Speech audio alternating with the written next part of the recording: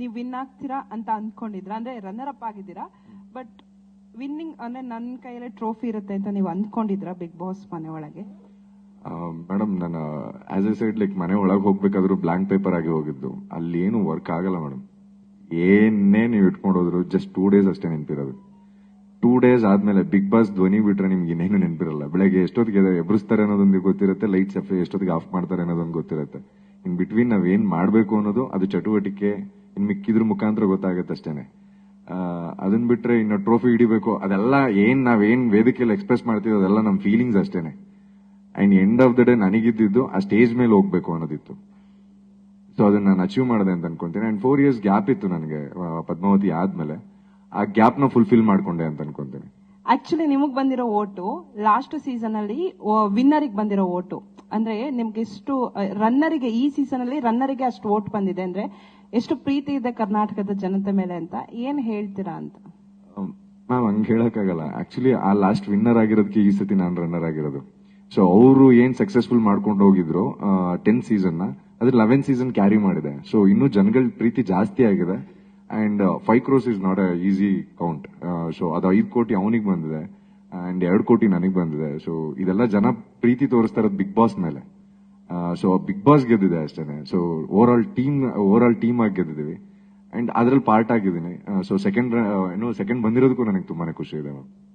ಏನು ಇಲ್ಲ ಸರ್, ತಂದೆ ಹೋದಾಗ ಎಲ್ಲಾ ಮಗದ ಮೇಲೂ ಅದೇ ಜವಾಬ್ದಾರಿಗಳು ಬರುತ್ತೆ. ನನಗೂ ಅದೇ ಜವಾಬ್ದಾರಿಗಳಿತ್ತು ಅಂಡ್ ನಂದು ಏನೇನಿತ್ತು ಅಂತ ತಾಯಿಗೆ ಮಾತ್ರ ಗೊತ್ತಿರುತ್ತೆ. ಅಂಡ್ ನಾವು ಇರೋ ರೀತಿಗಳನ್ನ ನೋಡಿದಾಗ ಏನು ಕಷ್ಟನೇ ಇಲ್ಲ ಅಂತ ಅನ್ಸುತ್ತೆ. ಬಟ್ ಇರೋ ಬ್ಯಾಂಕ್ ಬ್ಯಾಲೆನ್ಸ್ ನೆಲ್ಲ ನಾವು ತೋರಿಸ್ತಾ ಹೋದ್ರೆ ಇಲ್ಲಿ ಕೂತ್ಕೊಳ್ಳೋಕೆ ಆಗಲ್ಲ. ಸೊ ಎಲ್ಲಾ ಸ್ಟ್ರಗ್ಲಿಂಗ್ ಆಕ್ಟರ್ಸ್ ಗಳು ಇದೇ ಜೀವನಗಳೇ ಇರುತ್ತೆ, ಎಲ್ಲಾರ್ದು ಒಂದೊಂದರ ಜೀವನ. ಸೊ ಆ ಪ್ರಾಸ್ಪೆಕ್ಟಿವ್ ಅಲ್ಲಿ ನಮ್ಮ ತಾಯಿ ಇವನಿಗೆ ಬಂದ್ರೆ ಅಟ್ಲೀಸ್ಟ್ ಒಂದು ಸೆಟಲ್ ಆಗ್ತಾನೆ ಅನ್ನೋದೊಂದು ಪ್ರಾಸ್ಪೆಕ್ಟಿವ್ ಅಲ್ಲಿ ಹೇಳಿದ್ರು. ಅಂಡ್ ಈಗೇನ್ ನನಗೆ ಸಿಕ್ಕಿದೆ ಅದರಲ್ಲೂ ಅಮ್ಮ ತುಂಬಾ ಖುಷಿ ಇದ್ದಾರೆ. ಸರ್, ಇನ್ನೊಂದು ವಿಷಯ ಏನು ಅಂದ್ರೆ ಇಲ್ಲಿ ಸಿಂಪತಿ ಗಿಂಪತಿ ಯಾವ್ದು ಇರ್ಲಿಲ್ಲ ಸರ್. ಈಸ್ ಅ ಫೈಟರ್, ಆಯ್ತಾ. ಅವನು ಜಗಳ ಆಡ್ಕೊಂಡೆ, ಹೋರಾಡ್ಕೊಂಡೆ ಇಡೀ ಶೋನ ನಡ್ಸ್ಕೊಂಡ್ ಬಂದ.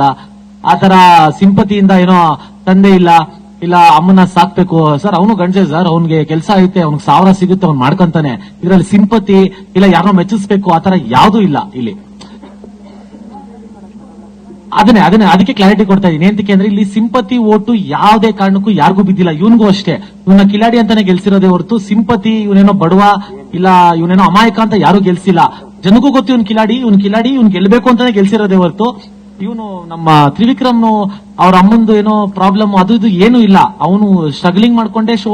ನೀವು ವಿನ್ ಆಗ್ತೀರಾ ಅಂತ ಅಂದ್ಕೊಂಡಿದ್ರ, ಅಂದ್ರೆ ರನ್ನರ್ ಅಪ್ ಆಗಿದ್ದೀರಾ, ಬಟ್ ವಿನ್ನಿಂಗ್ ಅಂದ್ರೆ ನನ್ನ ಕೈಯಲ್ಲಿ ಟ್ರೋಫಿ ಇರುತ್ತೆ ಅಂತ ನೀವು ಅಂದ್ಕೊಂಡಿದ್ರ ಬಿಗ್ ಬಾಸ್ ಮನೆ ಒಳಗೆ? ಮೇಡಮ್, ನಾನು ಆಸ್ ಎ ಸೈಡ್ ಲೈಕ್ ಮನೆ ಒಳಗೆ ಹೋಗ್ಬೇಕಾದ್ರೂ ಬ್ಲಾಂಕ್ ಪೇಪರ್ ಆಗಿ ಹೋಗಿದ್ದು. ಅಲ್ಲಿ ಏನು ವರ್ಕ್ ಆಗಲ್ಲ ಮೇಡಮ್.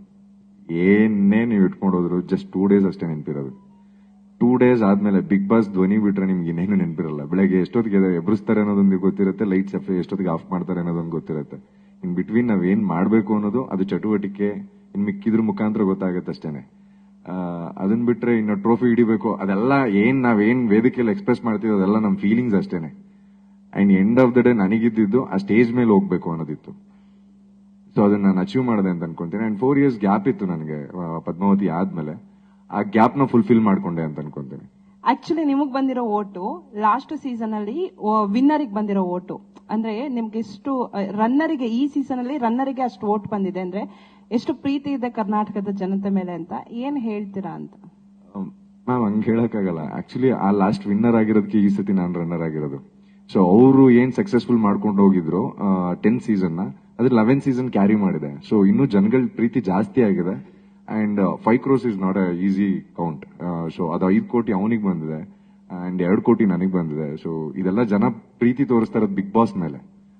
ಸೊ ಬಿಗ್ ಬಾಸ್ ಗೆದ್ದಿದೆ ಅಷ್ಟೇನೆ. ಸೊ ಓವರ್ ಆಲ್ ಟೀಮ್ ಆಗಿ ಗೆದ್ದಿದ್ದೀವಿ ಅಂಡ್ ಅದ್ರಲ್ಲಿ ಪಾರ್ಟ್ ಆಗಿದ್ದೀನಿ. ಸೊ ಸೆಕೆಂಡ್ ಬಂದಿರೋದಕ್ಕೂ ನನಗೆ ತುಂಬಾನೇ ಖುಷಿ ಇದೆ.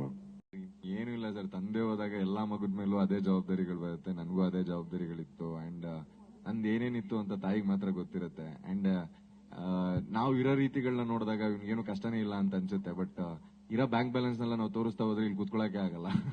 ಸೊ ಎಲ್ಲಾ ಸ್ಟ್ರಗ್ಲಿಂಗ್ ಆಕ್ಟರ್ಸ್ ಗಳು ಇದೇ ಜೀವನಗಳೇ ಇರುತ್ತೆ, ಎಲ್ಲಾರ್ದು ಒಂದೊಂದರ ಜೀವನ. ಸೊ ಆ ಪ್ರಾಸ್ಪೆಕ್ಟಿವ್ ಅಲ್ಲಿ ನಮ್ಮ ತಾಯಿ ಇವನಿಗೆ ಬಂದ್ರೆ ಅಟ್ಲೀಸ್ಟ್ ಒಂದು ಸೆಟಲ್ ಆಗ್ತಾನೆ ಅನ್ನೋದೊಂದು ಪ್ರಾಸ್ಪೆಕ್ಟಿವ್ ಅಲ್ಲಿ ಹೇಳಿದ್ರು.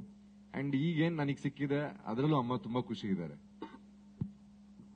ಸರ್ ಇನ್ನೊಂದು ವಿಷಯ ಏನು ಅಂದ್ರೆ ಇಲ್ಲಿ ಸಿಂಪತಿ ಗಿಂಪತಿ ಯಾವ್ದು ಇರ್ಲಿಲ್ಲ ಸರ್. ಈಸ್ ಅ ಫೈಟರ್ ಆಯ್ತಾ. ಅವನು ಜಗಳ ಆಡ್ಕೊಂಡೆ ಹೋರಾಡ್ಕೊಂಡೆ ಇಡೀ ಶೋನ ನಡ್ಸ್ಕೊಂಡ್ ಬಂದ. ಆತರ ಸಿಂಪತಿಯಿಂದ ಏನೋ ತಂದೆ ಇಲ್ಲ ಅಮ್ಮನ ಸಾಕ್ಬೇಕು ಸರ್. ಅವನು ಗಂಡಸೆ ಸರ್, ಅವ್ನಿಗೆ ಕೆಲಸ ಐತೆ, ಅವ್ನಿಗೆ 1000 ಸಿಗುತ್ತೆ, ಅವ್ನು ಮಾಡ್ಕೊಂತಾನೆ. ಇದ್ರಲ್ಲಿ ಸಿಂಪತಿ ಇಲ್ಲ ಯಾರನ್ನೋ ಮೆಚ್ಚಿಸ್ಬೇಕು ಆತರ ಯಾವ್ದು ಇಲ್ಲ ಇಲ್ಲಿ.